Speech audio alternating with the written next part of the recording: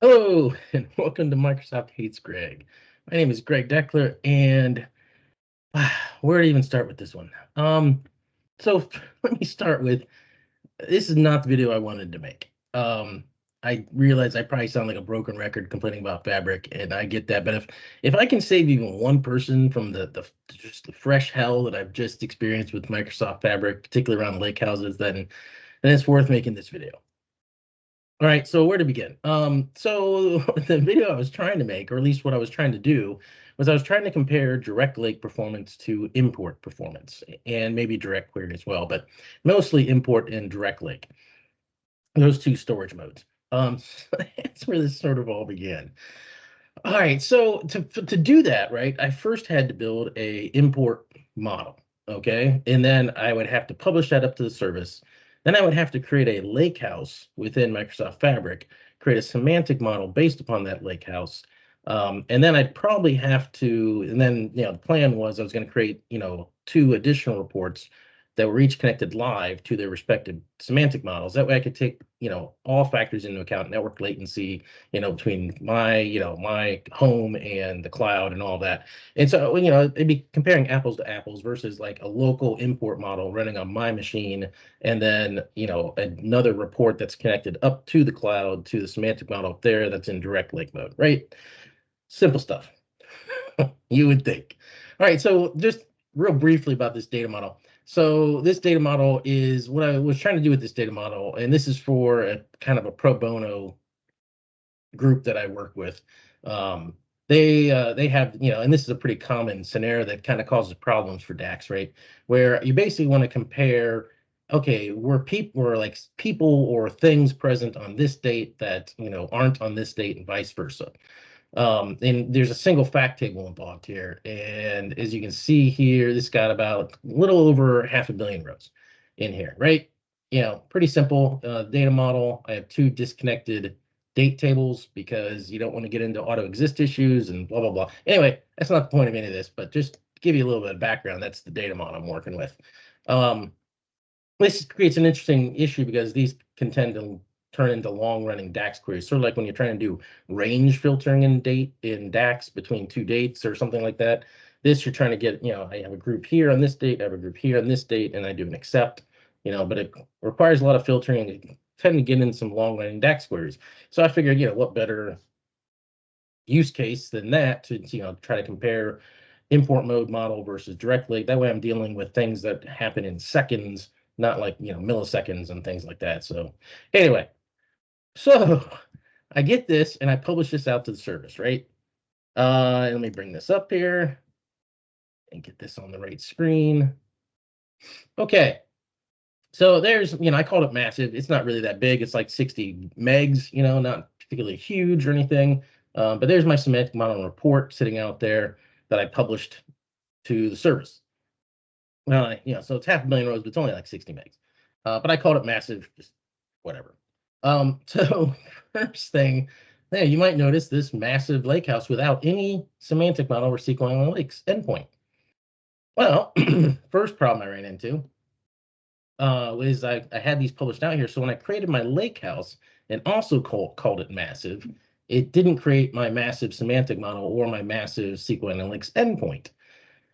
Probably because I already had a massive semantic model out there and conflicted in that. I'm not sure why that didn't create the SQL Analytics endpoint, to be honest. But it didn't. I wouldn't think that that would be dependent upon the semantic model in any way. But maybe somebody missed a try catch block somewhere. I don't know. But I'm thinking that probably it failed to create the semantic model, and then it just that workflow or whatever was going on or the code that was creating that stuff just blew up and died, and that was the end of it. Okay. Probably the first hint that this was not going to go smoothly. Okay, so I created a data flow to load up because I already have my M queries that are creating my you know my stuff here, right? So, and this is all, there's no source data, right? This is all generated within M code. And if I can bring this up here, I'll show you.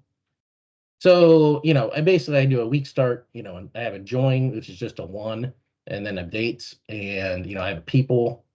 And I also basically dates and orgs, right? And people here, dates and orgs. And then basically what I'm doing is I'm merging.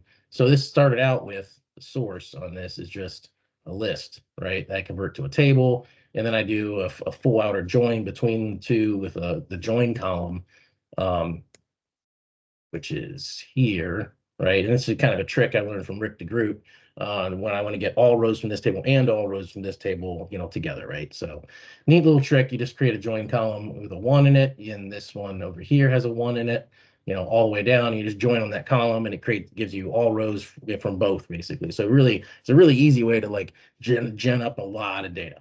Okay, so there we go with that. So this data flow. So now all I could do is like my thought here is that all I need to do is copy my M code from one to the other, right? Easy. Which is exactly what I did. So if you look at here, this thing ever wants to load, you can do it. Okay. So here I have my staging queries, right? And my facts and my dimensions and my calculation table and all of that sort of stuff. So so you would think this would be easy. But as you can see, oh my God, why is this being so slow? This is not supposed to be part of the video. Okay, maybe if I just click back on here. Okay, thank you. You can see I have lots of stuff, refresh errors. So I go to refresh history. All right. You can see the first failures I got were these. So append one failed. And why did append one fail? Couldn't refresh any because of an issue with the mashup document, mashup exception error, failed to insert a table, underlying parquet, class stand, blah, blah, blah, bad allocation. I don't know what this tells me, but bad, didn't work. And so I tried that a couple times and didn't work.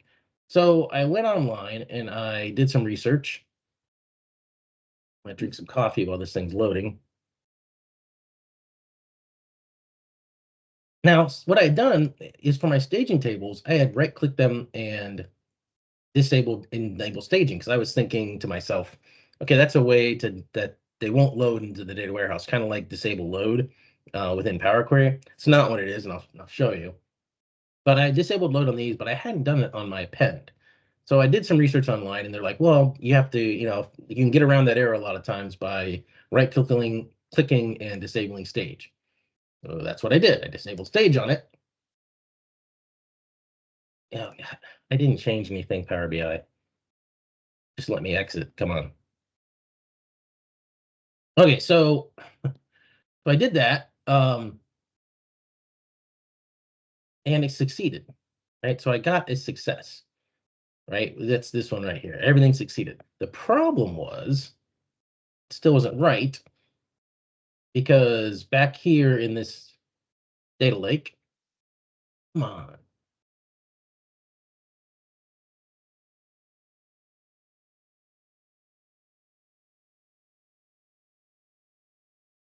What is going on? This is not supposed to be part of this. This is not what I was really complaining about, was how god awful slow this was. This is not the point of the video, but this is god awful slow. Oh, come on. All right, this is ridiculous.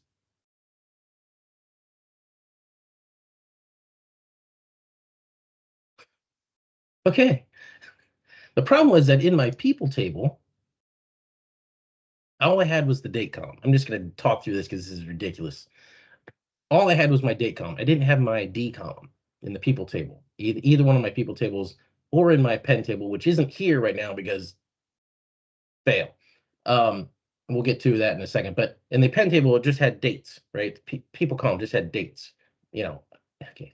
Yeah, so my ID column and my OR column wasn't present in my people table, wasn't present in my pen table. I just had a column of dates.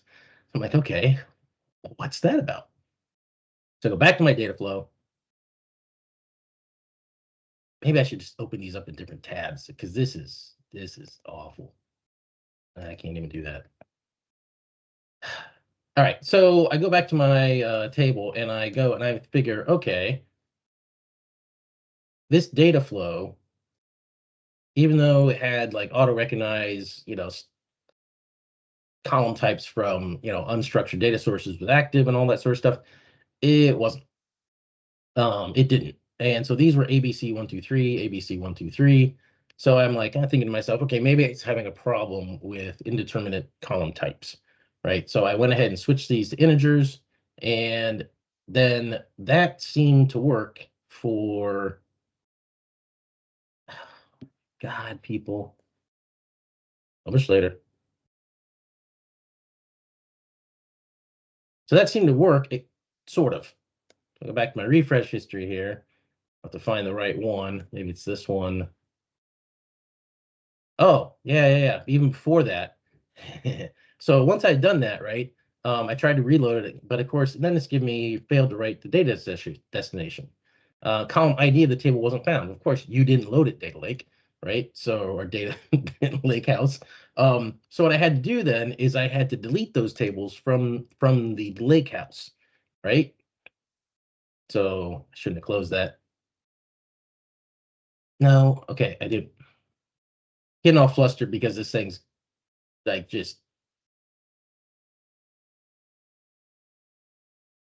not doing what I want it to do.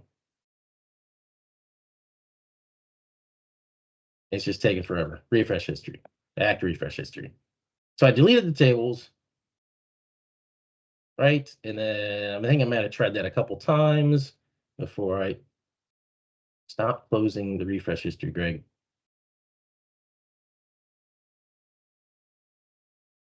Okay, so then I got the people tables to succeed, but the append still wasn't succeeding. Couldn't refresh any of an issue with the mashup, error placing table content with new data. I'm back to like basically like it's acting like in the staging table stage. And that's pretty much where things remained. Okay, so everything else at that point, even though I deleted the thing, I waited like my last one, I waited like an hour. Because I'm like, maybe something is just, fabric it's telling me it's deleted, but it's not really deleted. Anyway, I could never get the append table load ever. And still haven't to this day. So I decided to punt at this point. And I created a whole new Lakehouse, massive LH, right? So I created that. I created a brand new data flow associated with that because they hid. I searched around everywhere for this, and this is something that's kind of interesting to me.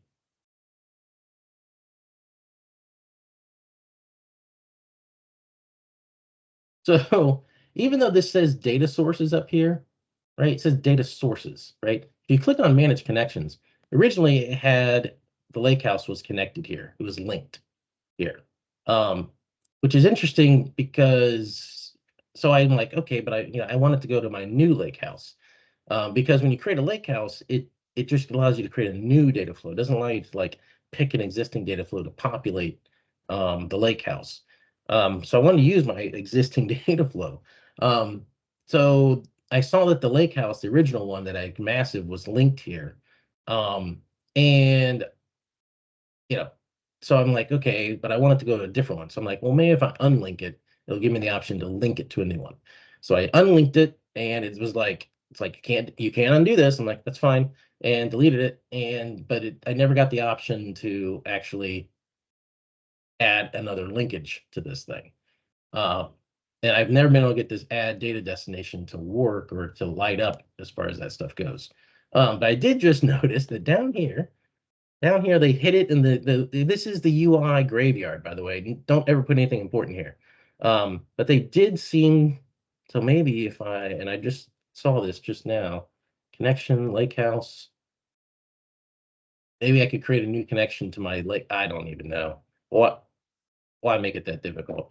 Anyway, so I was able to actually get with the new data flow. It actually worked the first time, and it populated my Lakehouse. Hooray, right? Well, it doesn't end there, people. Um, it doesn't end there. So once this decides to load, right? So it loaded, right? I'm assuming I could use my SQL Linux endpoint to actually show that this has hopefully I have over 500 million rows in here. But I have a bunch of blank IDs, right? There's my org ID, and then there's some IDs. I have no dates, right?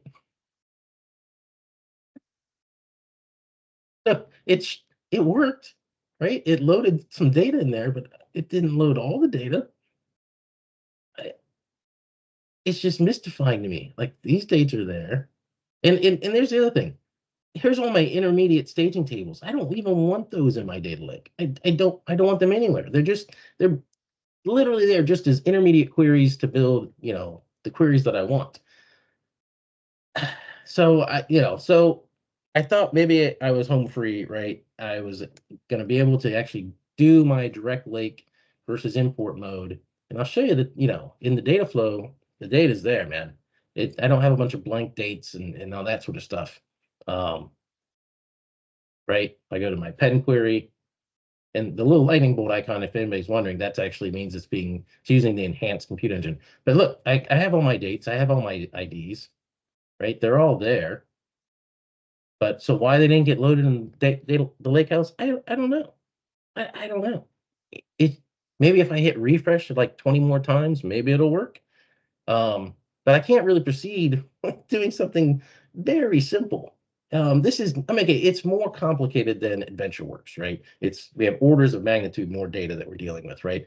But this is a simple test scenario. It's not even production, right? I can't imagine like somebody trying to use this in a production system and it's just dropping data everywhere. And you're getting these kind of issues where something goes wrong and there's just no fixing it, right? And you just have to basically start over from scratch. Like, how is this generally available? It just boggles my mind. And I have to say something, and I'm sure I'm not going to be popular for saying this, but dude, there's no way any self-respecting IT professional could work with this platform for any length of time, um, and and promote it as like, oh yeah, this is enterprise ready, this is enterprise grade, this is ready for prime time. I can't even do simple things in this platform. So I don't get it. I don't get all the. I'm just not. I'm not going to say bad things about people, but I can't imagine how any self-respecting IT professional could work with this platform for more than about an hour and be like, "Yeah, this is great. This is the best thing since sliced bread." Because it's not. It's just not there, man. Anyway, that's all I had in this video. I hope it saves somebody some the pain and misery and hellish experience that I've experienced in the last day and a half or so. But now it's the weekend and I still haven't got my direct lake versus import mode testing, and it probably won't be for a while. That's all I had for this video. Hope you enjoyed it, and I'll see you next time.